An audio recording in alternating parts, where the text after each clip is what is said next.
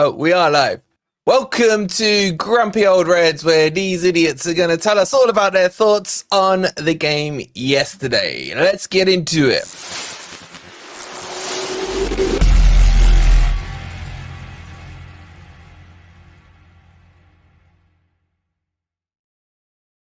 Evening, everybody. Hope you're doing well. And welcome to Grumpy Old Reds. And the debate is kicked off backstage. I can't wait to get into this one.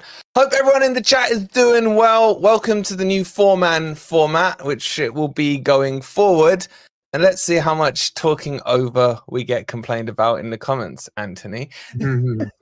I don't know why. I was really good last time until it got to a certain stage where I was fed up with being interrupted myself. And then I thought, fuck it. I'll show you how it's done properly. Literally just interrupted the intro, but so we know what's coming. We know what's coming. Guys in the chat, don't forget to hit that like button. Subscribe to FFTV if you are new. And you've got about a day and a half, I think it is, on the Callum Hudson-Odoi, this shirt. But more importantly, these Insta Prize wins on Aina, Elanga, and Sangare. The link's pinned in the chat, or go and scan the QR code that's in between me and Ant here. Good to see you back, Ruby. Hope you're doing well. Hope everyone in the chat is well. How are you three on the panel doing? Because Ant, they seem to miss you, man. There was a lot of panic on Thursday when we did the Forest Forum. It's like all those ones who complain about Ant, and then it's like, where's Ant? Like, I don't know. Yeah, do we get rid of you? Do we keep you? Don't I don't know why. Should we get rid of Ant or keep him? What do you think? Let us know in the comments. But you good, Ant? Yeah, I'm all right. Well, yeah, I'm all right. I see you're wearing... I don't want to start the stream on a downer, so yeah, I'm all right. Well, you're wearing the Danilo top from Palmeiras, I see, in solidarity with our boy. But yeah, at the ground, I want to start with you two, actually. Let's start with Danilo. We've got good news on him. The reports now are he's only out for 6 to 8 weeks, which is why I was telling everyone in the watch along, the amount of doctors that were in watch along. If I had a heart attack on stream, I would have felt really safe with everyone on there. But I have to ask about sources, though, when people say things like that. Well, that's why I said reported. Reported. Yeah. Whom, though? No. I can't freaking remember I'm now, I'm not going to get too excited until I hear officially that it's 6 to 12 weeks or whatever. Then I'll 8 I'll weeks. Be thankful. 8 weeks. Anyway, from a ground perspective, let's kick it off. As you kick us off, mate, I want to ask about the atmosphere, because the two Bournemouth fans that were there were saying that the stadium was silent. They only sang Malav Kintaya, and then that was it. How was the atmosphere? The atmosphere was affected from my point of view, and for anybody else trying to get into the stadium, was with this new turnstile system. So myself, Red Dog was with me. I was with Charlie as well. It took us 20 minutes just queuing up there. But there's turnstiles on Brian Clough's end. They were absolutely shocking. So they weren't working. So we missed the start of the game. So we missed Mullock and Ty. We were singing it from outside, though, that's for sure.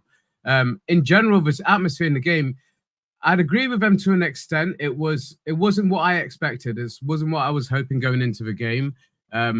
Something I said to the guys before the match, you know, first game of the season on a sunny day, you know, in the Premier League is what we've been dreaming of for decades, you know, and I expected the atmosphere to really be up there. It just wasn't yesterday at times, you know. We had the usual chance, but obviously I think the way the game panned out, and obviously we'll talk about it, the Danilo incident really changed the game, really changed the atmosphere, and I think that was the biggest effect. And I don't think we really recovered as a team or as a fan base from that incident. It took a hell of a long time, and once you see the coverings go up, which I've only ever seen on a horse race, you know, I've never seen it at a football stadium ever. It soured the atmosphere, so I think that would have some effect to it. Yeah, I agree. It wasn't as red hot as I expected it to be, but there were good points in terms of a game, but the atmosphere could have been better. I agree. Just on the turnstile stuff, because JB says he couldn't make it to the game, so just explain to the guys who maybe couldn't get there what they've changed on the system. Well, literally. So I mean, it's not the same for all areas of the stadium, but certainly on the Brian Clough upper and lower going in, it's a new automatic system. So you scan your pass or your season card, and it should just let you in. But it wasn't working, and you kept from our distance, we could just see the red crosses going up every time somebody was trying to get in. That's why you can see the green arrow or red cross. And there was a hell of a lot more red crosses and green arrows. We were stood in that queue for 20 minutes. We sang Mullock inside from outside because we couldn't get in. And eventually, a steward came round saying, "Oh, this side's open." And I was like, "What? Why didn't you tell us earlier that we're queuing on this end, so we can't see what's going around the other side of it? You should have called us in earlier. We would have got in." That, like I said, that was just so amateurish, and I wondered if they were going to delay this kickoff. They didn't in the end. In the end, we only missed a few minutes, but it was frustrating. It was frustrating being stood there trying to get in. So, and I'm assuming you had no problems getting in because you probably were on time. Would that? No, I'm not out of him. No, he was later than me. He was later than you. But yeah. All right, forget about. Yeah. All right, let's forget about like your journeys in and crap, because honestly, I don't let me just tell you why, very, very briefly. Because when I got there, I wasn't in the automatic ones. You're old school. When I got there, I presented my ticket. Yeah. Presented my ticket, my phone, and it said, "Ticket already used." What? Nathan, my brother, he had my ticket and his ticket on his phone, and he went in with my ticket. But luckily enough, I managed to get through to him, and he came down, and I burst through everybody, and he passed it over the turnstiles, and I eventually did get in. But it could have been bad. Yeah. So basically, you're both idiots. Well, all three of you, if you include Nathan as well. I don't know how you can blame me for being an idiot. I'm not in charge of a ticket on this occasion. And look at it this way: at least you can fit through the turnstiles. I'm not on the tumbleweed button. You're technically taking the piss out yourself. Brilliant with the 23 months. Thank you so much, buddy. And Paul with the 24. Paul's got the sexy new badge, Paul. Loving it, mate. Thank you so much for the 2 years, Paul, as well. All right. And let's get into the game, okay? Because I thought it was very positive, especially in the first half. Okay, we know the Danilo stuff and what have you, but if we look at the actual gameplay, the team sheet, I don't know. There was a few people saying, "Well, where are all the new signings?" But we've had the signals all summer from Nuno that he's been talking about being loyal to those that are there, and basically new signings coming in, work your way into the team, prove you've earned the place, not just because you're a shiny new toy. What did you think when you saw the team sheet, Ant? Was there anything that stood out to you that you didn't like or you did like? The obvious thing that stood out was no Milenkovic. We since learned out that we've learned since that he was suspended, but we had no inkling of that. You know, that really came as a shock. I mean, I suppose kudos to the club for keeping it quiet. So, but apart from that, no, I was quite happy with the team. I had no issue with the team. Danilo's my favourite player, so him being in that number 8, I was quite more than happy with. So yeah, I had no problem with the team. I thought it was certainly a good team. Yeah. And team as well. What? I thought it was a very positive team. Yeah, it was. It started off well, didn't it? We weren't sitting with a double pivot at the back, for example. You know, we actually had Sangare doing what has been brought to do and anchoring that midfield, which he did an absolutely magnificent job on. I cannot believe some of the comments I've heard actually criticizing. Coming back, I was talking to somebody and said, "Oh, Sangare was crap again, wasn't he?" No, most interceptions, most aerial duels won, most tackles, most forward passes. You know, if that's a bad game, let's have more of them. Yeah, let me just quickly let me quickly interject on that, because shut up, and me and Anne, obviously at the stadium, you see it differently, right? We know, we know these little bits. Maybe you don't pick it up on a TV, so that's I might give Rob a pass on that one. But you know what? At the stadium, no, you can't. No, you can't. You can't give him a pass. That's why I'm asking you, because I didn't see it from a TV point of view. I watched he's it solid. at the stadium, and up until 70 minutes, where he impacted the game. Yeah, as Warren says, he impacted the game. Absolutely. And not just in midfield as well. In defence, he was tracking back. He was making tackles. His passing was brilliant. I mean, that's what we needed last season, is that centre midfielder who can control the middle of the pitch. And I thought he did a great job. Yeah, but I feel I was fair with my judgment on him. I thought after 70 minutes he did look tired. Now, he hasn't played more than 60 in pre-season. But you can throw that at the whole team. Yeah. after 70 minutes, we just look knackered. Maybe that's when he should have brought Yates on, but that's, you know. I thought Yates did a good job. I do as well, but we'll get on to substitutions because that was. I'm not going to go too much. For me, I don't want to go too much into the Ryan Yates debate because on Thursday when we have our debate show, at the moment my title is Ryan Yates. Don't think it's going to be a slagging off session for me because it's not, but it is going to be some logic as to when and where we should use him.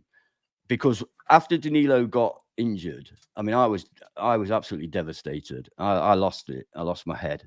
Could you see it from the stands? Could you see when he went down? It was serious. Yeah. No. It was only, it became apparent, especially when they brought the things on. You know, the that flags really scared me. You know, because that's like a David Booth type situation, if you know where I'm coming from. Yeah. So what made me really lose it? I was already deeply upset about Danilo. In my mind, there's all sorts of things happening, you know. And when I saw Yates standing there, I really genuinely lost it. I started screaming at the top of my voice, that fucking manager, get him out of my club. He shouldn't be anywhere near Nottingham Forest. What the fuck are you bringing Yates on for? Because for me, then this is not a go against the Ryan Yates. This is where people misunderstand. Because as I've just said, if after 70 minutes Sangare is blown out his arse, then you can bring Yates on. Yeah. But for me, you've set your team out to play a single pivot with two attacking midfielders, right? If you count Danilo's number 8 as an attacking midfielder. So when you set your team out to do that, that is obviously what you want to do in that game against that opposition.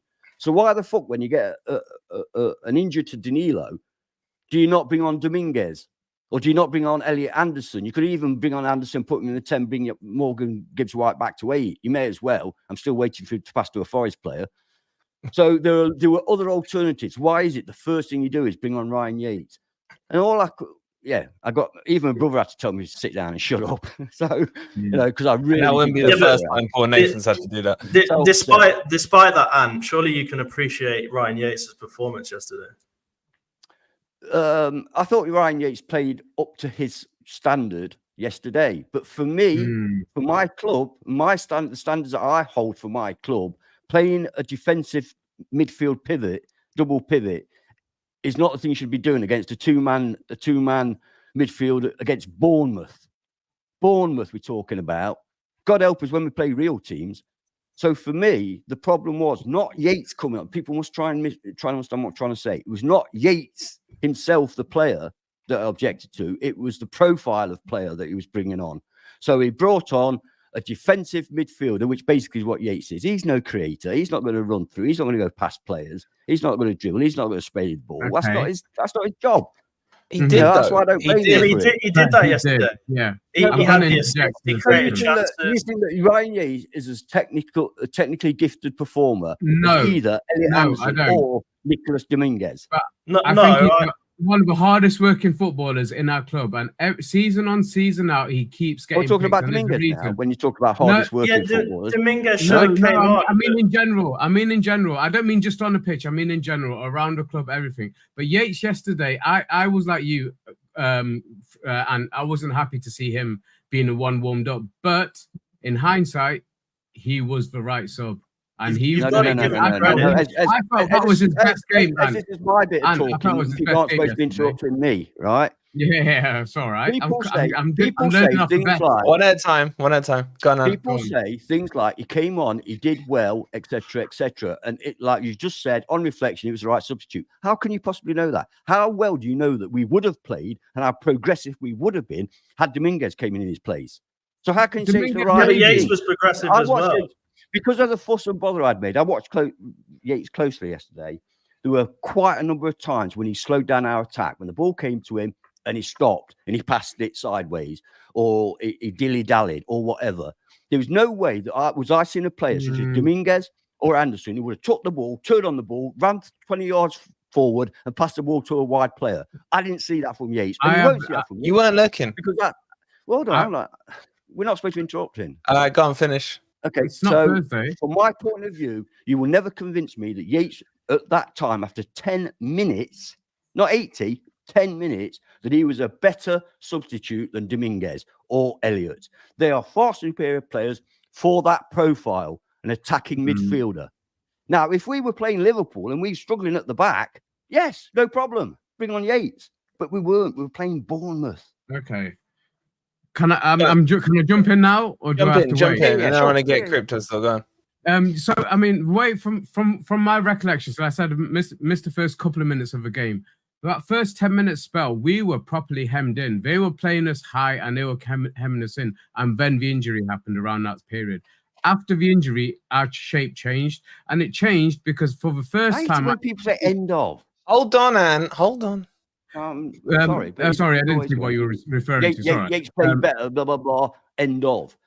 Hold on. But for the first time, so after that injury, Yates has obviously been brought on. I really like Ryan Yates, but let him speak. Stop responding to the chat. Let me just say my bit. Don't put the fucking comments up then. I didn't bring a comment up. I didn't bring a comment up. You can read without having to react. Slagging me off, because if I'm not allowed to answer it, I'll do this. Right? Don't put any comments. Let me just have my bit. Let me answer them. He brought it up, not me. All right, Ed's answer. Bloody hell. Okay, so I felt that actually when Yates came on, it's the first time it actually saw him and Sangare play as a pivot.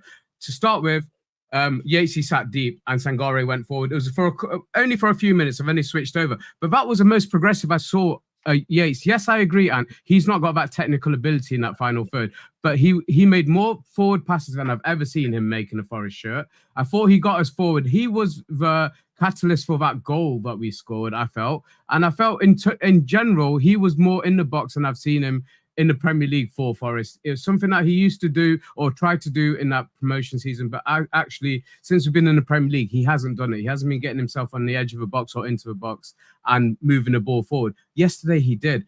I still think Dominguez would have been the better sub then. And I'm going to criticize Nuno on his subs in general, because there's a couple of them, but I think he's ended up snookering himself with the substitutions he made, because he made the wrong substitutions at wrong time. We ended up playing the 4 central midfielders at one point across our midfield, and it was just wrong. So for me, he did make mistakes, but Yates isn't to blame yesterday. Yates actually did well, and I thought it was his best performance in a Forest shirt. End of. Oh, end of. All right, Ben, you jump in on Yates, right? Let's do this, Yates. I'll put a poll in the chat. Was Yates the right sub? Because I agree with Anne. I don't think he was the right sub. And I get what Anne's saying is the whole butterfly effect, yeah? But I won't then go on and say he didn't have a good game. I think he had his best game for Forest. I know you didn't say that. Are you muted? Or wow, that's... No. I was trying to interrupt without interrupting. It was just like a weird moment, like you were speaking and no sound was coming out. So let's see what the chat think on this. Was he the right sub or not? I was not happy when he came on, 100%. But he did a good performance. You can't take that away from him. Can I just respond to that very quickly, right? Okay, respond after Ben. Respond after Ben. He hasn't said shit yet, man. Go on, Ben. Go on, then. I mean, following on from the word shit, I've never heard such a bullshit agenda in my life from Anne.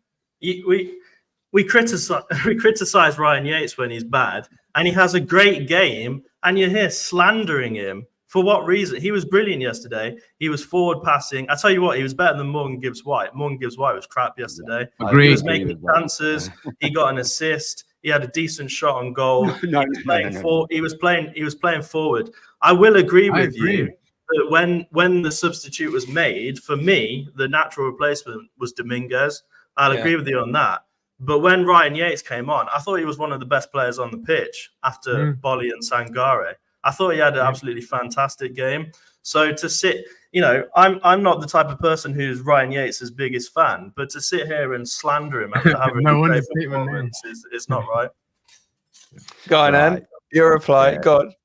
As people obviously heard me say, I love Ryan Yates as a player, and I think that profile of player is ideal for that profile of player. I just happen to believe it was the wrong profile of player to bring on at that time after 10 minutes when you're at home to Bournemouth.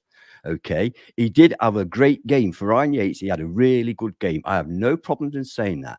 But because Yates has a really good game does not mean that far technically superior and forward-thinking players such as Elliot Anderson and Nicholas Dominguez couldn't have had even more of an impact. That I agree with. Because we can never really answer that question. No, we can't. But that's could we have gone on to win the game? Yeah, but I actually think. Yeah, but without Yates, the goal doesn't get scored. So you could say, you know what? You know what? I was chatting to somebody coming back and we were on about Ryan Yates. She says, "Oh, and he got an assist." I went, "Oh, come on, you can't call that an assist. Is when you pass it to another player, not when you have a shot." The goalkeeper literally. Let me check Sofascore. Let me check Sofascore. The ball, has a look around, and then I took it out there instead. No, I wouldn't even say that, and I'll be honest with you. He should have scored that. He hit it straight at the keeper. Yeah. What I'm saying is that is not an assist. Please don't try and make out that's an assist. No, it is an assist. Officially, it's an assist. Officially, it's not. I think it's not. Check Sofascore, Crypto. Someone check Sofascore in the chat. You know that. Premier League, isn't it? I can't believe I'm sat here. Did he mean to do it? Did he mean to give it to Woods to score? No, it wouldn't be an assist. It wouldn't be an assist. No, I don't know. Chat, is it an assist or not? I've nearly found it.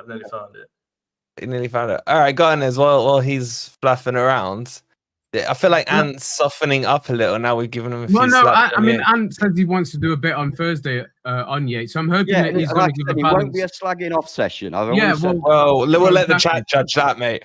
Yeah, exactly. We'll let the chat judge that. So I'm not going to go too far into it because I don't want to ruin what he wants to put forward. But I'll go back to what I said. I think it was one of his best performances, and I think in hindsight, I actually wanted Elliot Anderson on at that stage, not Dominguez. But I think Elliot Anderson was poor when he came on. I think he was trying too hard, and at times it didn't count as an assist. It wouldn't do. It's not down as an assist. It won't be. Of course, it's not. Okay. Right, Elliot Anderson. I thought he was trying too hard when he came on. So he was one I would have brought on in that situation. But Dominguez was fantastic again when he came on. It just left us a little bit lopsided. I felt with the way we set up. But thank you, Rob. Thank you for your input there. But yeah, let's move on to the next bit because I think the substitutions again. We're all got something to say about the substitutions. Go on and kick us off on the subs. Yeah. Well, again, I mean, the first one Ant's going to say was wrong, but I think in hindsight was right. But in the second half, I think he snookered himself with his substitutions because I wouldn't have played it the way he did. I don't understand why he bought Hudson-Odoi off. I don't actually understand why he bought Elanga off. I thought Elanga... He was injured. Well, I'll tell you why in a bit. Okay, well, if Elanga was injured, were they both injured? Elanga or Aina, sorry. No, Elanga. I don't know. Elanga wasn't injured. I don't understand bringing our two wingers off. They started getting into the game, and that kept their threat from their wings back. As soon as we lost our two wingers, they attacked down, especially down Nico Williams' side, and obviously he ended.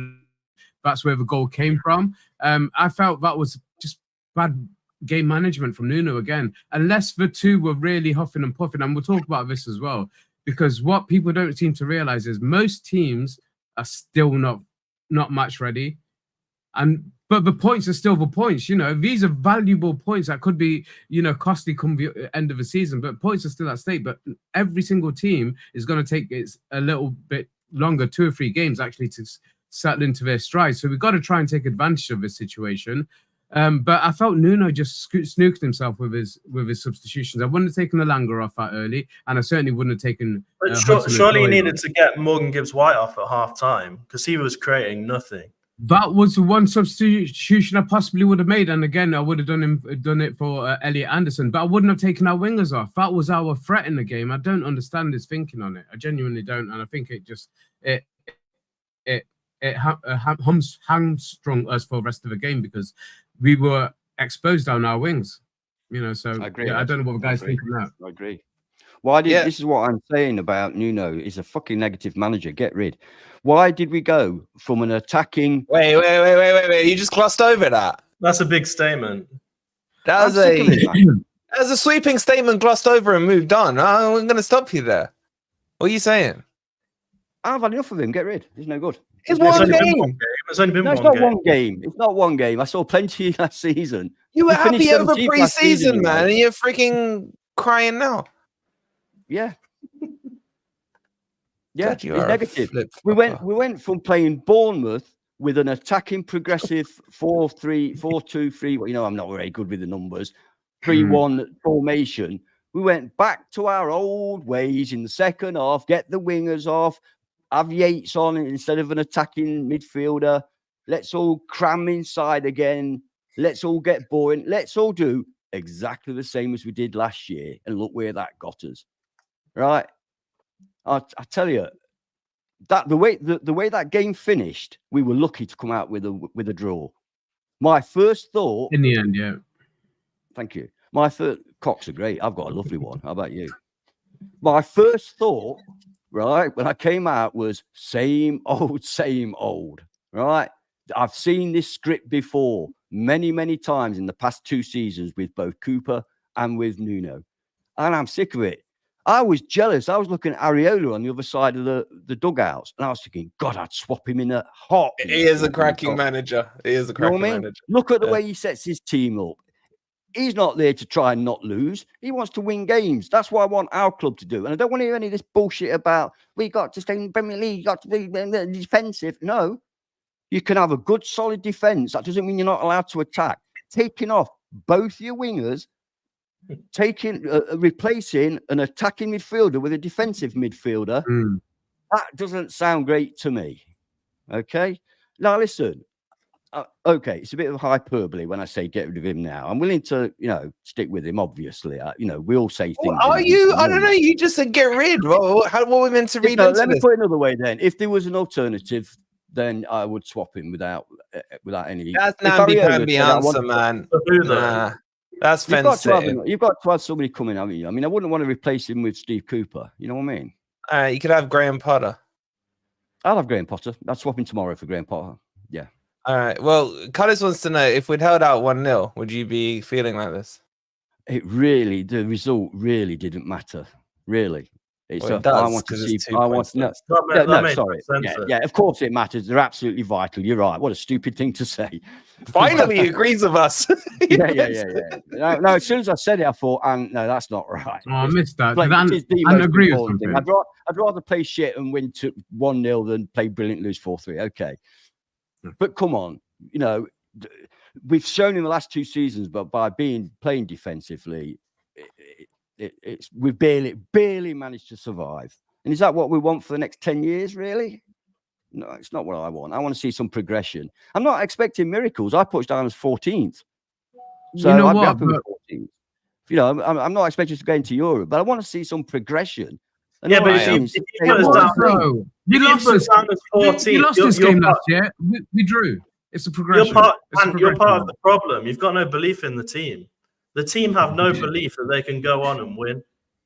Maybe it's the manager, Crypto, that I've not got a lot of belief in. No, you know what? I'm not going to jump on him after yesterday. Let's see how the next few games go. Okay, I agree. Let's see. Let's see. We have got a decent chance to have a decent start in the Premier League this season, And like I said, we were blowing yesterday. And Sangare, we're going back to the substitution. Sangare, I 100% agree. I turned around to Charlie and said at 65, 70 minutes, he was blowing. He was ready to come off. Yeah. He should have come off, and Nuno snookered himself with his substitutions. Yeah, but then there's your backing Anne's point that Yates was not the right sub because Yates would have been the natural replacement of those bench players by saying like I said, at the time, I actually didn't want Yates on. I wanted Elliot Anderson on. But in hindsight, I think Yates was the right sub at the time. Yeah, but how can you say that is? Anderson could have gone and scored a hat-trick. How can you say it was the right? Because when Anderson did come on, I thought he was poor. I thought he was trying to. What minute did Anderson come on, Ez? He come on about 75th minute or something like that. 73rd, 15 minutes playing basically on the left wing. Absolutely. Instead of trying too hard. Central midfield. But why did he take Callum Hudson-Odoi off? Because Callum Hudson-Odoi was doing all right. That's the mistake he made. Why is he taking Hudson-Odoi off? Why did he leave Williams on? Williams was expending all that energy having to attack, run back, defend, and he was on a yellow card. That's what cost us because he became frightened. The way we play, the way we play every single game, Nuno subs one of our wing backs, and they are wing backs. I don't care if we play in a 2-back or a 3-back. We play with wing backs, and yeah, but we play wing backs in a 4-back situation. It doesn't work. What I mean. That's what I mean. So Nico was absolutely blown. He needed to be taken off, but Nuno made the wrong subs at the wrong time. Look, the way I look at it is we drew 1-1 at home to Bournemouth, and we didn't win the game because of Nuno's tactics and substitutions. That's my opinion. I think that if you're going defensive, which we did do, taking off both wingers and putting, I mean, I've said it before, putting on a defensive midfielder for an attacking midfielder. If that's not defensive, I don't know what is. And what happened? We were lucky to scrape a 1-1. Just to clarify, from what I saw, Chris, I can't confirm. Elanga had his eyes raked, wrestling style. It wasn't wasn't a concussion or anything like that, as far as I could tell. I think to your point, Ez, the one thing where I agree with a lot of what you guys are saying is it's starting to feel like he's putting square pegs in round holes. Dominguez coming on the right-hand side for Elanga, and he almost played left side for part of the game as well, and then played a lot central. Why wasn't Jota, who is a winger, brought on for that replacement if he didn't want to change the shape of it? That's the thing I don't get. Anderson coming on the left-hand side. Yes, he has played left for Newcastle. He's played left pre-season, but he's over and over again said 8 or 10 is what he wants. It just feels a little square peggy round holey with the substitutions. The starting 11 was fine. They were all in their correct places, I would say. But the substitutions, he is getting a little lost in it. Yeah. But the Yates substitution wasn't the worst substitution. Worst substitution was a Hudson-Odoi one and the Elanga one. Now, if Elanga had to come off for his injury, I'll understand that. But I didn't see anything that was that bad. By the way, I've not. No, I haven't. This is the first I've heard of some sort of scratch or head injury. What we saw, like because they zoomed into him, because he went down off the pitch, if I remember rightly. And he was there just doing this with his eye. It got, and they showed a replay. It just got a little finger in the eye. It was a wrestling move. It wasn't deep, you know. So it wasn't a concussion or anything like that. But it just feels like the subs are not quite. What about Hudson-Odoi though? Explain Hudson-Odoi if you've got. Who came on for him? That was Anderson. I just feel like, and this is going to be a problem, Crypto. Looking forward at it because Sosa's coming in now. We got Anderson, who Nuno seems to think is a left winger because that's the majority of the position he's played. And then you got Callum Hudson-Odoi. And it comes back to Rob's argument from the Forest Forum. Are we too left-sided heavy now? Well, too much on this left-hand side. I mean, I know Anderson can play in 2 or 3 different positions, but I see Anderson as a replacement for Morgan Gibbs-White more so.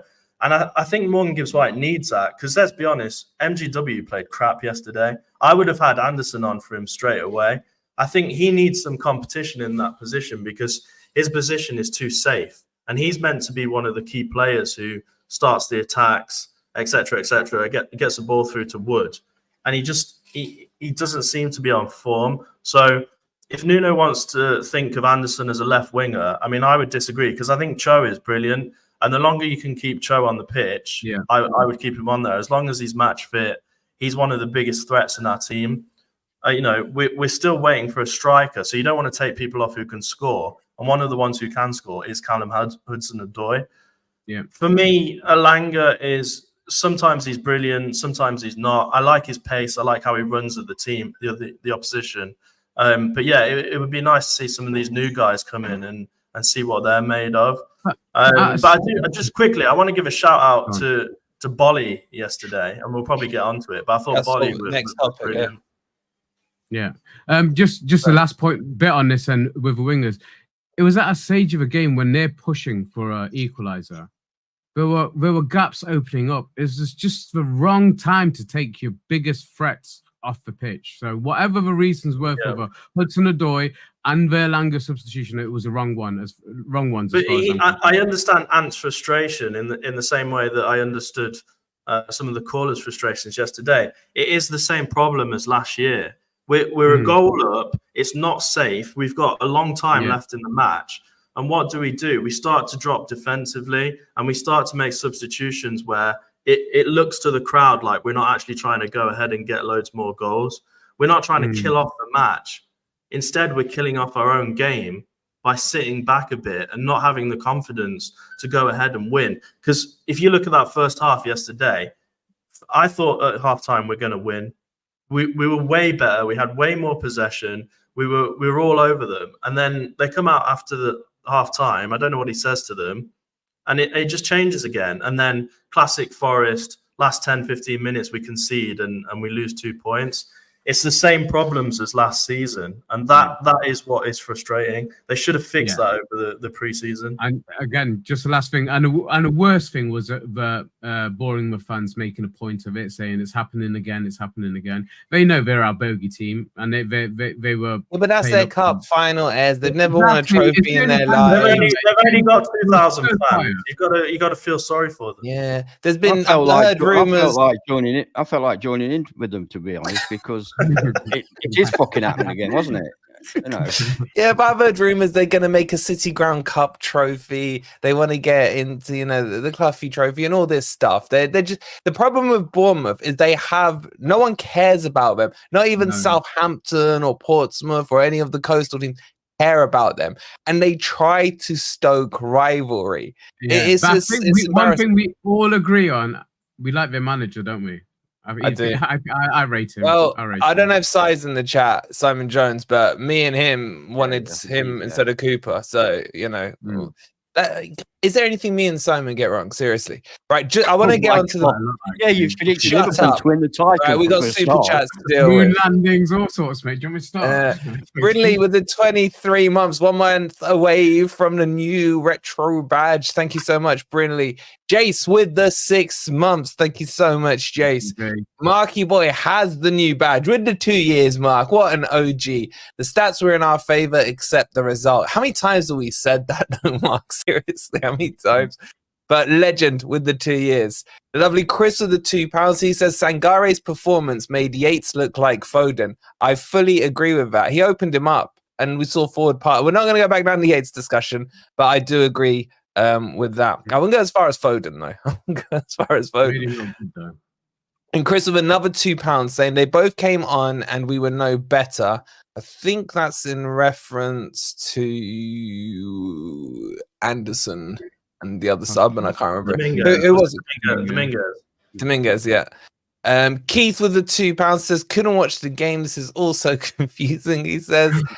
And Warren with the £2 as well. Not worried about the first result. We will be okay. Absolutely. We're plus 1 point against the same fixture last season, and we're plus 1 point 100%. For the same week 1 fixtures because we've had 0-0 on the 2 before. Okay, let's move on to some positives. Crypto, you just touched on, and by the way, just a quick reminder, the likes, guys. What's going on with the likes, right? We've got 665 in here, 500 on YouTube, 163 likes. Oh, we should be at 250. I ain't even pulling punches now. It should be 250. So very quickly, it's free to do, just in case you get worried it's going to charge your credit card or something. That's free to do. Make sure you're subscribed if you're new as well. Let's move on to some positives. And Crypto, you touched on Bolly, who I agree with you. I think I had him down as man of the match, to be honest. Yeah. But what was it that stood out for you with Bolly? And chat, who was the best player on the pitch for you? I mean, I thought Bolly put a brilliant performance in. I think you take Bolly out the team yesterday and we lose that match. The amount of tackles he put in, the tracking back, he was blocking shots.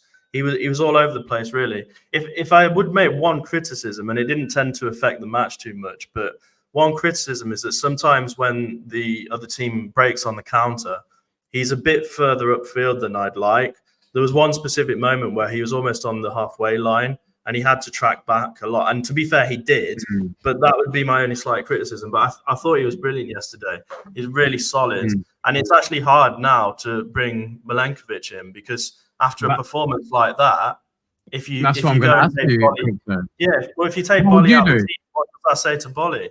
To be honest, after that performance, I don't want to say it, but I thought Murillo played good as well, but I'd probably take Murillo out for a game. I wouldn't take either of them out. Are you watching? And put my God, it's Carlos watching in Murillo's position. I thought Murillo was fine as well, but Bolly was so solid. Murillo was fantastic again.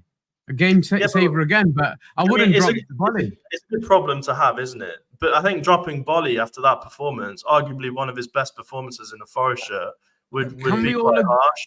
And we don't know what Milenkovic is like at Premier League level. I'm sure he's fantastic, but we don't know.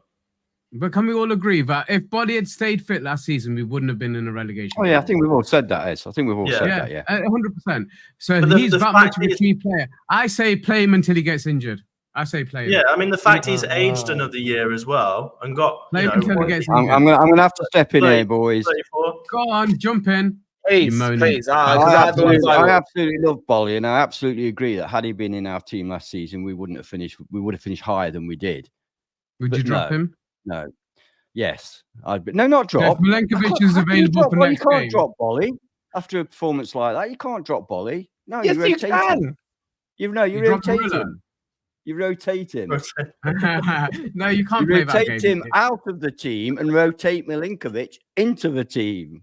Because Milenkovic is a fucking international, fabulous, experienced superstar centre-back. Billy Bolly's an international superstar. Bolly was man of the match yesterday. You can't drop the man of the match. You're going to take your best player out of the team. Hang on. He was playing against Bournemouth with no striker. We're playing against Southampton next. Boys, get your standards. We're playing against Southampton next. You dropping him for Southampton? Milenkovic is a fantastic. See, I know. First off, do we know he's available for next game? Yes. On this podcast. No. All right, speak. Yeah. Right. Speak, because right now you're the only one talking sense. You have the floor. I did mention it to another guy I was talking to on the way back who said, Bolly was fantastic, wasn't he? I said he was brilliant. But one thing I noticed about Bolly, and I love him, don't misunderstand me. If he stays in the team, I have no problem, right? But the standards, there's levels. What Bolly's brilliant at is heading the ball away. He did it several times yesterday. But I did get a little tiny bit annoyed on one or two occasions when I thought you could have actually brought that down. Just one or two. All right. I'm being nice because the guys are very sensitive, right?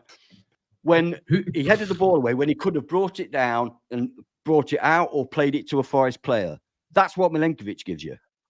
That's the difference. Well, that's why you just get it out of your head. So we love this player. He had a great game, so he must stay in the team. Same with I'm not going to go back to that.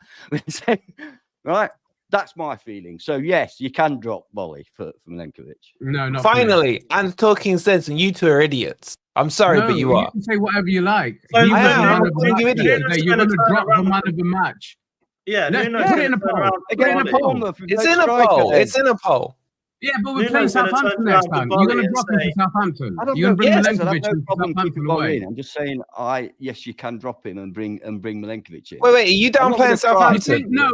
The question was, would you for the next game? If I would bring Milenkovic in. Yes, Milenkovic is our centre for Bolly, yeah, not for Murillo. For Bolly. For Bolly, you're going to bring him in for Bolly, not for Murillo. Correct. Yes, of course not. Murillo is class. Okay. Of course not. Murillo wasn't man of the match yesterday, though. But okay. Hold on, Ez. Right. So let's say if Yates got man of the match yesterday, yeah, and Danilo wasn't injured, it was just a knock. Would you therefore start Yates in the next match because he got man of the match ahead of Danilo? If Yates gets man of the match, obviously he's having an impact on the goal scoring side of it as well. To get man of the match as a midfielder, he would have scored a goal or made an assist. So if he contributed, yes. Not necessarily. Yeah. No, you're just saying that. No, you're a hypocrite. You're just saying that now. Just to not be wrong. Bolly was man of the match because he was our best defender yesterday, and we had to be defensively strong to get even a point out of yesterday. And Bolly was solid. That's why he was man of the match. So you got to put it into context. If Yates is going to be man of the match, he's got to have done something further up the field. It's a serious question now, and I'm not trying to trap you or anything. It's a serious question, right? If we're playing against Southampton, to be honest with you, I know nothing about Southampton. I don't know. Have they got who's their striker? Have they got one? Whoever it is. Burton Diaz, Alcaraz. Yeah, okay. So if Burton Diaz is breaking free, breaking clear, who would you rather after him, Bolly or Milenkovic? Or Murillo? He wants to drop Murillo. Murillo covering. That's who I'd rather. Hang on a sec. You get my point. Hang on a sec. I could understand. And look, hold on. Milenkovic is a long-term solution, but while Bolly's fit, and Bolly is not going to stay fit. That's the problem. He's not going to stay fit. I just think it's hard. It's hard to drop him. It's hard to drop him when he's done nothing wrong. All right. Wait, let me ask you one more question. What's Milenkovic done for you guys? You're just basing it on his reputation. What have you seen from Milenkovic? Let me ask you the question. Let me ask you the question. It could be crap. You know what? No context. I don't want to say this, but I hope he's crap next week just to prove a point. Oh, it's all about being right now, then, is it? It's all about being right. He said that. Prove a point. Right. Okay. All right. Let me. So you with Ez on this crypto? I'm with Ez. What are you gonna do? What's Nuno gonna do? Walk into the changing room and say, "Well done, Bolly. You were brilliant. You were the man of the match. Now fuck off." He won't say that, will he? He won't say that. Will. That's what he'd have to say. He won't tell them all week, and then on the day of the match, when he puts the team sheet, that's even worse. That's even worse. He won't do either of those. He won't do either of those. He will go to Bolly and thank him for a great performance, and he will say to him, as you know, we're wrapping you in cotton wool because you're always injured. Thank you for stepping in while Milenkovic was suspended. And I know I can now rely on you to step in at a moment's notice. By the way, sit your ass on the bench. That's all he has to say. But let me ask you this. At 33 and not a particularly good injury record, I think Bolly will be fine with that. And on God knows what money as well. I think he'll be fine with that. Exactly. But let me ask you, are you with Ez Crypto because he was man of the match? Well, are you not holding man of the match as guaranteed next year? It's complicated for me. And that's not my reason either. Your name ain't Crypto. Go on. No, but you don't strawman me. Not strawman. What I would do next game is I would play 5 at the back because I don't think it's fair that Aina and Williams have all that pressure on them to play as wing backs in a 4-back. So I would actually start Murillo, Bolly, and Milenkovic, Aina and Williams. Welcome to my trap, then. Who are you dropping in higher up the pitch? Morgan Gibbs-White. You're going to drop Morgan Gibbs-White? Your traps aren't working today, mate. He's got an answer. You're going to drop Morgan Gibbs-White? Morgan Gibbs-White. What's the midfield going around and saying you can't say, "Oh, Bolly was brilliant. We'll drop him." That's like saying we'll keep Morgan Gibbs-White there just because Morgan Gibbs-White, even though he played crap against Bournemouth. He contributed nothing yesterday, Morgan Gibbs-White. Nothing. What's he going to be like against Alf Holland when he's on the run? Alpha, not Alf. No, not Alf. He'd probably welcome back to the old Premier League. Okay, I've seen this. Finally, the first time this year, Rob spoke some sense, and he's not even on the panel. Right, Tommy, I've seen you commenting this. What are you talking about, Murillo left back, man? No one said that. No one said that. No, bro. No. Okay. All right. Let's move off from Bolly. That was meant to be a positive chat because he was really good. He was really good. He would stand out for me. I don't know where Ez has gone. I was going to ask him, but I'll ask you, Ant. Who else stood out for you yesterday in the team? Well, obviously Sangare. To be fair, it wasn't a brilliant performance, was it? Really? No, the first. I think to be honest, I think there were a lot of okay performances, and I suppose you could say, being the first game of the season, that's what you should expect. Okay performances. It's difficult. And I admit it's difficult first game. Players aren't fully fit. We saw plenty of players struggling towards the end of the game physically. But no, nobody really stood out for me. I mean, I thought Cho was good. I thought Yates. I thought Dominguez would have been great if he'd have come on early. Sorry, I'm fiddling about something. What are you playing with down there? I can't even think. Yeah. It's because we mentioned Willy Bolly. Yeah. Bolly was brilliant. Yates played well, but you know what? I don't care about people like Yates and Bolly playing well, because when they're playing well, it means we've been defending. I'm more bothered about players like MGW playing well, Elanga playing well, Cho playing well, whichever forward out. They're the ones I'm bothered about. I don't give a shit if Bolly played well. Really? He didn't let goal in against Bournemouth. He did let one in. The other two that I thought played well were actually obviously Murillo with a goal-saving challenge right at the end. And I felt the goalkeeper played well. There was a couple of saves that he made. One that he didn't actually have to. I thought he was all right. I thought he did really well yesterday. So goalkeeper's not a blame for the goal. But again, like Ant said, these are defensive players that we're bigging up. So it's not. I thought in the first half, Williams looked fantastic as well. Yes. In the first half, yes. But he tanked. Before he got carded. He didn't tank, it was the card. As soon as he got the card. He tanked as well, man. You reckon? Yeah, but Nuno should have taken him off. I just want to say, I cannot believe he put Toffolo on. Toffolo costs us every single game. I cannot stand Toffolo. He didn't cost us a game. Toffolo needs selling. We do need a better left back backup option without a doubt. Yeah, but we have Richards. But guys, let me just go back to this. Every single game, Nuno subs one of the fullbacks, so he knows he's tanking them both at some stage. He subbed the wrong one yesterday. I know he's injured. Yeah, but usually takes Nico off and puts Aina across that right side, doesn't he? But Aina got the injury yesterday, so he always makes. Yeah, but we have De Silva. De Silva would have been fine for 15 minutes. I agree. He made some bad subs yesterday, mate. I agree. Yeah, but this is what he did all last season. He makes after 70 minutes was struggling incorrectly.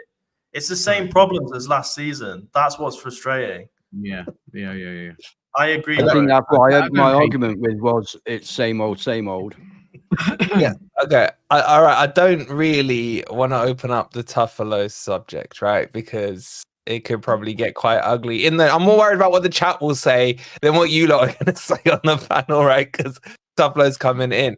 It's not an issue because Nuno sees it as a problem area and he's targeting a left back, so we know he's thinking about it. There are players that we've been linked with. I don't know if you want to talk about Moreno, but let me I've brought it up, so I'm going to just mention it.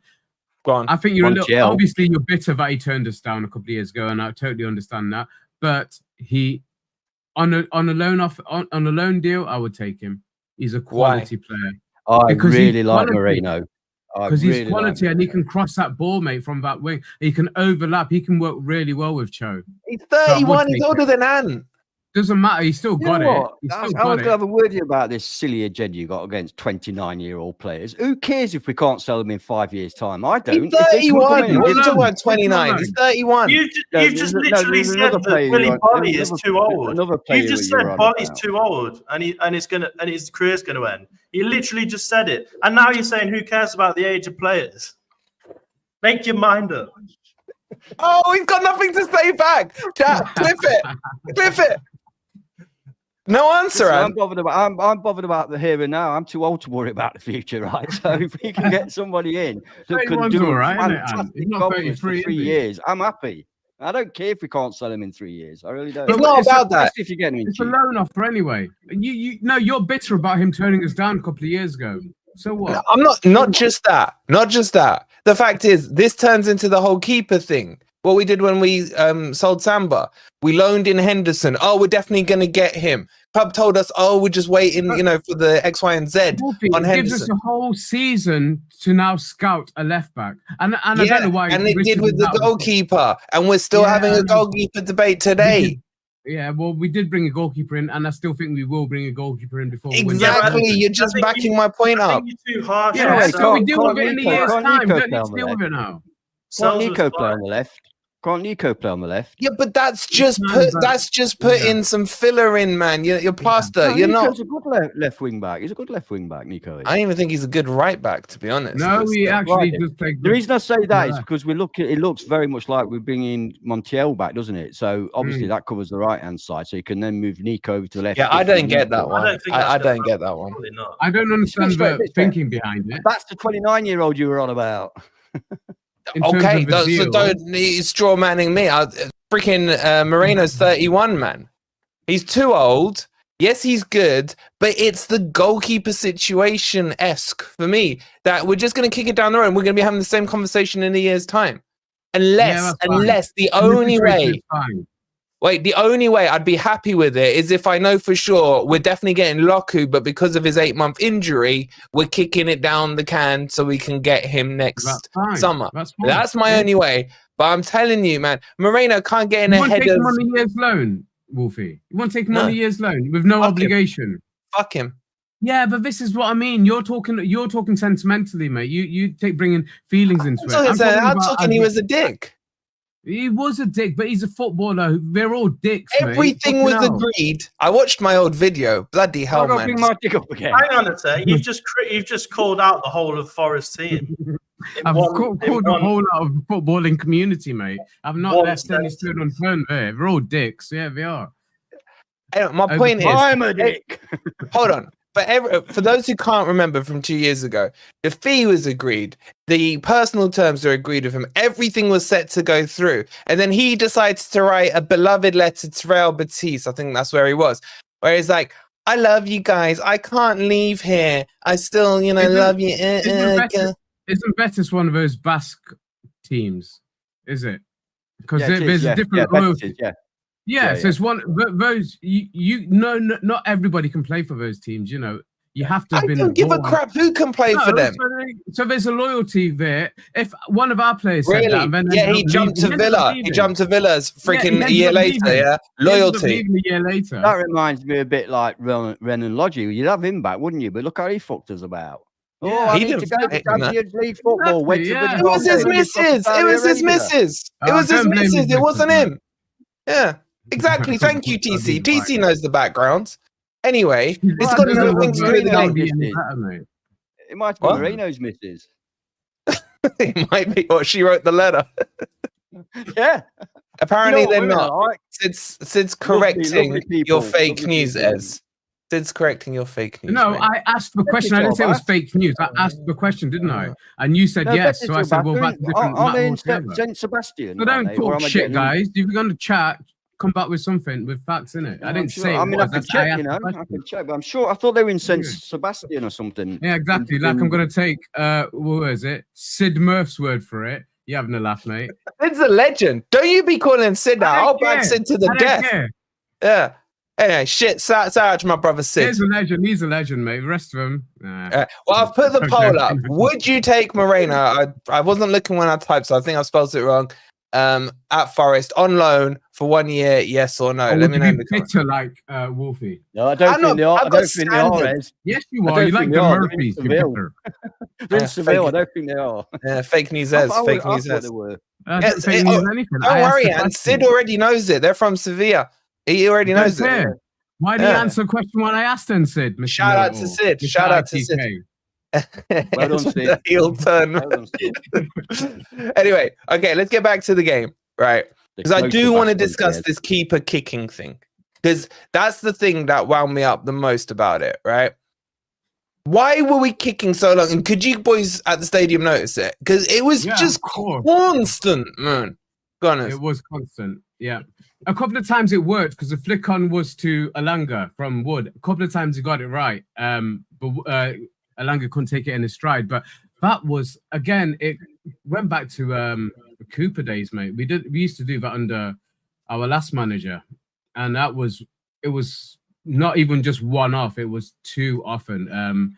So that's a tactic that we've got to fix, man. It doesn't work. If it meant that we were getting the flick-ons and we were getting advancing into their territory, then yeah, I might stick with it. But it wasn't happening. It wasn't happening. It might work better with Taiwo, and we'll go on to this in a bit, but I'll start with Taiwo against Southampton. I agree with that. It just didn't work with Wood. He's not the best header of a ball in terms of flicking on, mate. Just isn't. A counter argument to that, though, do you not prefer it than the keeper playing out from the back? Because that terrifies me every time when the keeper goes short to one of the defenders. I mean, you make a little mistake and it costs you. If we want to succeed and progress, we must be able to play out from the back. Yeah, as correct. All the best teams do. Yeah, but we've got players who can. We've got players who can.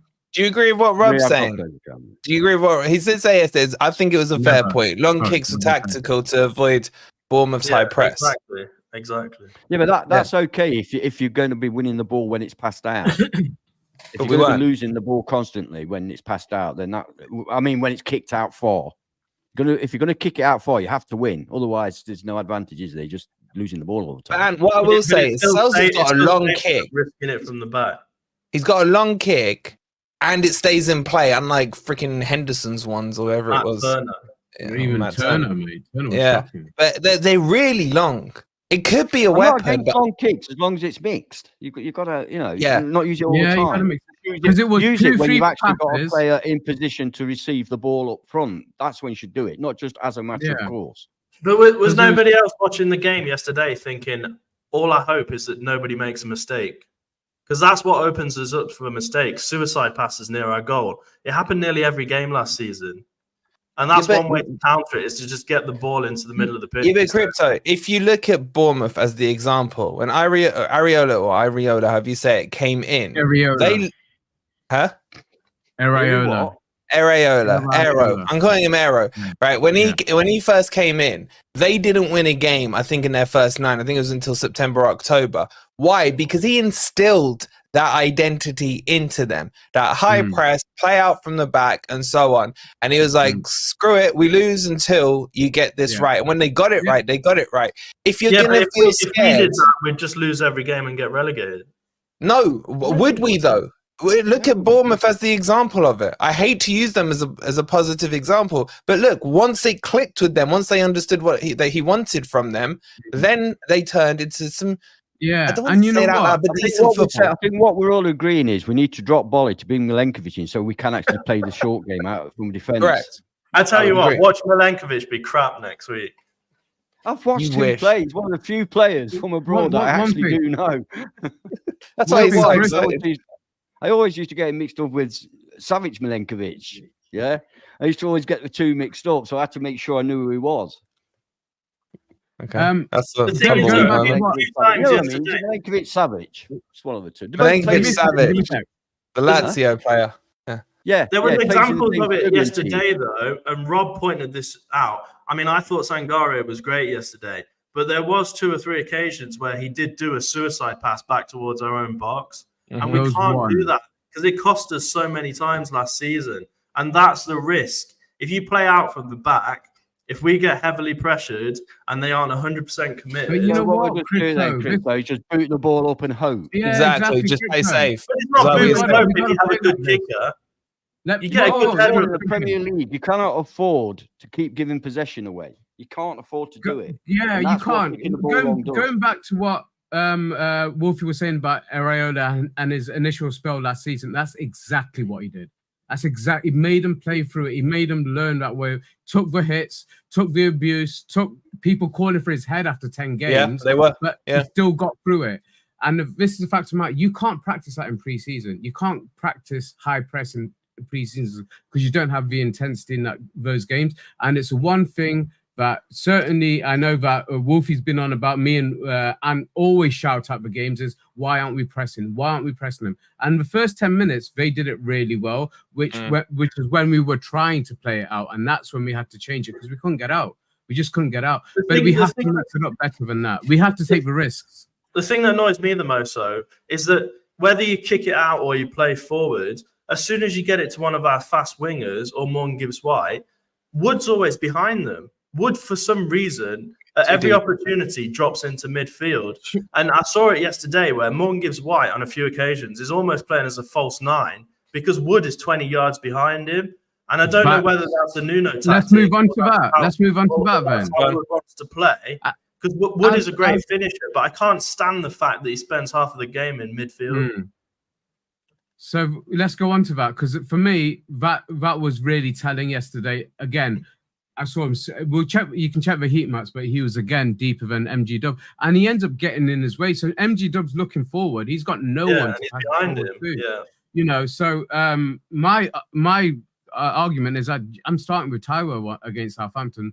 1, he scored there last time we were there, and 2, I think he just lets us play a different way, and we get further forward, and I think he holds the ball up better. I think he's fit enough to be on the bench. He's fit enough to start. So for me, my argument is that we start with Taiwo. Sorry, guys, just 1 second. I just want to, because you got me thinking there with the average players and watch. Let me just quickly bring this up so everyone can see in the chat. This is our average playing positions from the game yesterday. Yeah, and he's look where he is. 3 positions back. Yeah. But this is where we need a fantastic player on the bench called Dominguez, because Dominguez will run around that pitch all game and control that midfield and open up those attacks. Dominguez is perfect for that. Another moment, it feels like Wood's almost trying to create chances for other people, and it's the wrong way around. It also proves that Dominguez was a wrong substitution to be bringing on the right. Look at where he was, and look how much space opened up on that side for them. Yeah, and that's telling because it opened up the right-hand side, which is where they got in behind to get their goal from. We are geniuses. We've just figured out all the problems with one Sofascore. We should be the management. I'll be the fitness coach. Sorry. Just by using Sofascore, make sure you guys download the !Sofascore. You can all be as smart as us. I'll be the person in charge of harmony, keeping everybody calm. Of course. So just before you do, quick shout out to Sorry Mike. We got Sorry Mike in the chat, and we got him next week. I am assuming Sorry Mike will be up for a pre-match bit of ramble and chatter and everything. Go subscribe to him as well. Click on his name. His voice is the sexiest on YouTube. It really is. I think we'll all agree on that. Yeah. Yeah. Crypto stays silent. He doesn't agree. Shout out, Sorry Mike. But yeah, I do agree that Taiwo probably suits the profile better. But I think Wood's just got this enigma-ness about him that he just scores goals, man. Yeah. He doesn't do anything else. He doesn't do anything. 11 goals in 16 starts last season. I mean, that's better stats than most strikers in the Premier League. If you look at percentage-wise, he does score. His clinical finishing is fantastic. Yeah. However, the one thing I don't like is that Wood can work well with Cho and Elanga, right? Because they can get the ball into the box. Yeah. When you put Anderson and Dominguez on the wings, it completely changes the game. It changes the dynamic of the attack, and it just doesn't work. And that's why I want us to go out and sign a striker who has the clinical ability of Chris Wood, but the strength and the pace of Taiwo. That's what we need. That's the difference between us being top mid-table or into the top 10. Did you say disagree? No, I said it sounds like Ivan Toney to me. Oh, he's on his way, isn't he? Yeah, well, out of Brentford, not Crypto just yeah. Yeah, but the thing is, like, just talking about Wood for a second in the strike force, we said, well, when we first got Nuno, that Wood would be the right striker out of the two for the Nuno system, and we were proved correct, because he's utter crap under Cooper, absolute dog shit. But under Nuno, he's worked well. I just don't know how I place Wood in my mind now, because he offers nothing else during the game, but he still gets that goal. So would you stick with him, man? Is that the kind of... Does it matter? He's scoring goals, doing nothing else. If I'm honest, a lot of it depends on the fitness and form of Taiwo Wanyi. If Taiwo's fit and on form, I would generally pick Taiwo because I think he's a more threatening striker. But we just don't know with Taiwo, do we? Yeah, but you have to play. He doesn't look great to me. He doesn't look great to me when he comes on. You have to give him a full 70, 80 minutes. Yeah, that's hard, though, isn't it? That's hard to do. So I'm not sitting on the fence, as I sometimes get accused of. For Southampton, I would probably go with Wood, but I would hope to bring Taiwo on with at least 45 minutes. Way around for me, man. Yeah, to be honest, look, I wouldn't mind that way either. But normally after 45 minutes, players of the opposition are starting to slow down just a little bit. They've lost just a little bit of energy, which obviously helps a player like Taiwo coming on if he's not fully fit himself. But we have to get him back to full fitness and form before we can start thinking about, he's automatic starter. I don't know. There's too much pressure on certain players in the team. There's too much pressure on Wood to lead us into every game for nearly all of the minutes in the match. Yeah, he does remind me of a Harry Kane. He's great at striking, but he's slow. But there's too much pressure on certain positions. I think there's too much pressure on Nico Williams. Don't give me that pressure. The professional footballers being paid $100,000 a week. Don't give me pressure. Load of but look at Wood last season. He got injured at the end of the season because he has to go through every single game and 90 minutes in every game. He's got no proper backup, and it's all reliant on him. I'm talking about fatigue. Yeah, I'm talking about physical pressure. You're just backtracking now. I'm not talking about mental pressure. I'm talking about the expectation of them to go out and perform for 90 minutes every match at full standard. What are they paid to do? What are they paid to do, you mean? Yeah, but there's got to be some interchangeability. So we need a striker, don't we? I think we'd all agree with that. Everyone should be optimistic. Last point on it, because if we're still doubtful over Taiwo's fitness and his injury record, play him now. If he's going to get injured, get him injured now before the transfer window closes, and that will force Marinakis' hand more than anything else will. If he's going to get injured, get him injured now. Play him. Dude, Who? I was just going to say, Cryptos, your head just got bigger in the last 2 minutes. I put the poll out. Who would you start versus I'm getting more, as I get more and more angry, I'm leaning closer and closer towards my screen. Well, no, I was just going to say because of the poll. So your options for who you start against Saints, Taiwo, Wood, or Crypto. In first place is Wood with 42% of the vote. In second place is Taiwo with 35. And somehow Crypto's got a quarter of the votes. No trolls in our... One thing we're proud of is we have no trolls in our chat. We're proud of that. So, bloody hell, man. Crypto, you better lace up for Saturday. Yeah, I was never really a striker. I used to shit. You're up against Bella Kochop, I think his name is. I was more like a CDM. I was basically Ryan Yates. I was about his quality. No, you weren't. I did read today that we're still in for Jimenez. I did read that. Video coming out tomorrow on that. Don't worry. No spoilers. No spoilers. Don't worry. Video coming out on Jimenez. There's been some movement on that as well. Okay. Let's move on to this topic. Are you more or less confident after what we saw yesterday going forward? We all were very happy with the preseason. I've got receipts on all of you. So none of you can backtrack and say, oh, we had a shit preseason or anything like that, right? Ez, are you more or less confident? If I'm pragmatic, which I'm going to be on this occasion, it's a point better than we got against them last season. It's a point better than we've had opening our Premier League seasons for the last 3 seasons. So it's a positive. So yeah, it's good. I'm not going to be negative after the first game, mate. If we'd got hammered, then I might have a different answer to you. But we didn't lose the game, and we're a point better off than we were this time last season. So positive, move up, onwards and upwards. If you look at the record against Bournemouth and the first day of the season record, we actually did well to get a point out of it. Oh my God! Well, it's true. We haven't beat Bournemouth in like 7 years. Looking at your football team. I know you don't like.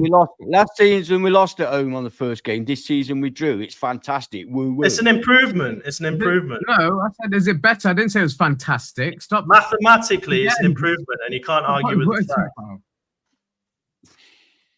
And what are you saying then? There's a middle ground, Dan. Of course, I'm not more optimistic than I was before the game. Did you watch that shite for most of yesterday? What are you talking about? We played well. We played well. Are you joking? Are you joking? No. We played well. In the second half, we played well. Did I say the second half? Well, so did we then? About an hour of our game, we played well. I would agree. An hour. Okay. Good for you, boys. Yeah. Good. Okay, that's fair enough. Fair enough. Good for you, boys. I'm glad you're all happy that we got a point at home to Bournemouth and we finished the game with no wingers, no attacking midfielders. Draw man. We let a goal in towards the end. We should have let another goal in towards the end. We were very. We could have lost 3-2. We could have lost 3-2. See, people say I interrupt. I've not interrupted all fucking. Go on, straw man away. Draw man away, people don't like what I'm saying because I'm honest and because I can see and because I have actually got pride in my club and I believe that we should be doing better than we are doing. They all have to interrupt me all the time with you said we'd finish 14th, so that's bollocks. That's crap. Why is it bollocks? Why is it 14th is crap. Back to the point. I was more confident before the game yesterday than I was after the game yesterday. What the hell is wrong with that? Nothing. Just tell us why. Yeah, because the manager made the wrong substitutions. We became very defensive and we committed all the same. We even let a goal in that was disallowed, luckily disallowed by that much from a fucking corner. I mean, it's like deja vu. What is it to be happy about? The question was happy. None of us said we were happy. We were rubbish. Now that doesn't mean, hold on. I said I was less confident than I was, but that doesn't mean that I think we're going to have a really bad season and get relegated.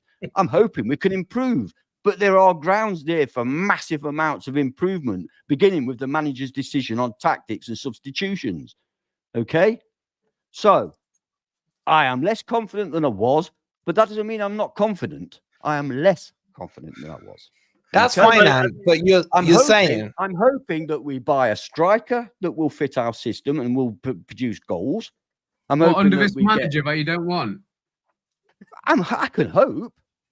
It's a good job you don't do the halftime team talk. Nuno has a total transformation in his outlook on football. I can hope it could happen. But if it doesn't, he will be gone by Christmas. You reckon? Before Coops? Nah. Yeah, he will. Yeah. Coops only stayed because of the fan base. The fan base will not be the same. He means at Leicester. I mean at Leicester. Yeah. No, Cooper will be gone before. No, I'm not. Leicester. I don't give a shit about Leicester. I'm doing the watch along tomorrow and I hate along for it.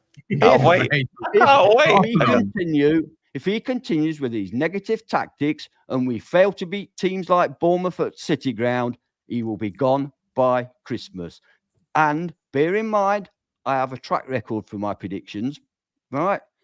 100%. Do you? Yep. What predictions? Sorry. What predictions have you made? I said Don't say Felipe. Don't say Felipe. That wasn't a prediction. He was retiring. You asked me, and then you don't allow me to answer. Oh, no. I said Felipe was finished. I said Taiwo was of Croc and should be sold. There was another big one that's just escaped my mind. You said you'd start Taiwo against Southampton, man. You can't predict someone who's retirement age to retire. That's like predicting Father Christmas is going to come on Christmas Eve. It was the beginning of the season, you fucking gormless twat. It was the beginning of the season when he had a full season ahead of him. It wasn't. He retired the week after. I remember it well. I remember the stream. You literally retired him. He definitely retired. I've got all the clips. All right. Hey, listen. Okay. Don't matter. All right. And he just done a load of publicity as well, didn't he? He was signing autographs at the fan zone and all sorts. Yeah. Nobody else said Felipe was finished. Nobody. When he retires. Nobody else said Felipe was finished. Like 34 years old. I came on here and I got dogs abuse. I got dogs abuse in that chat for saying that he's finished. You always do, mate. You should read the chat right now, man. And there's a clown, apparently. When I read the chat, I see a lot of love for me. So stop trying to depress me. I'm already depressed. You don't need to rub it in. All right. I forgot what the question was now. More or less optimistic. I think we've all answered it. We've all answered it. Well, let's see what the chat said. Have an opinion. Everybody just jumps in on me. Hold on. I said I wasn't. Hold on. I said I wasn't. Hold on. The chat kind of agree with you. 30% say more. 31% say less. But 40% say the same. So that was there. Let me just. That's probably about fair, actually. It probably is. I can understand why it's split like that because it's the first game of the season, isn't it? Exactly, Ant. Yeah. Exactly. Matt D with the 4.99. Thank you so much. Can we get the Forest faithful to boycott all Forest inside clickbait, and in particular the BS that falls out of Keith Wayness's mouth? Who's that? Who's that? No idea who that is. I don't know who that is. You just giving him airtime for no reason. No one knew who he was. Everybody going there now. Yeah, Keith's rubbing his hands together. Whoever this Keith is, that Keith? Is that our mod Keith? Keith, is that your freaking alias right there? Thank you for the 4.99, bro. But none of us know who you're talking about. Okay. On that note, we'll wrap it up there. We got way over budget, man, on time. So we'll be back tomorrow with the transfer video. I'll be doing a hate along for Leicester versus Spurs. And every time Spurs score, I'm sending you over to Chappie to troll him. So make sure you tune in for that. You're going to have to be going over there a lot tomorrow. So we'll see you for the daily news tomorrow. Please make sure you've hit that like. Subscribe if you are new. Come on, you Reds. You Reds.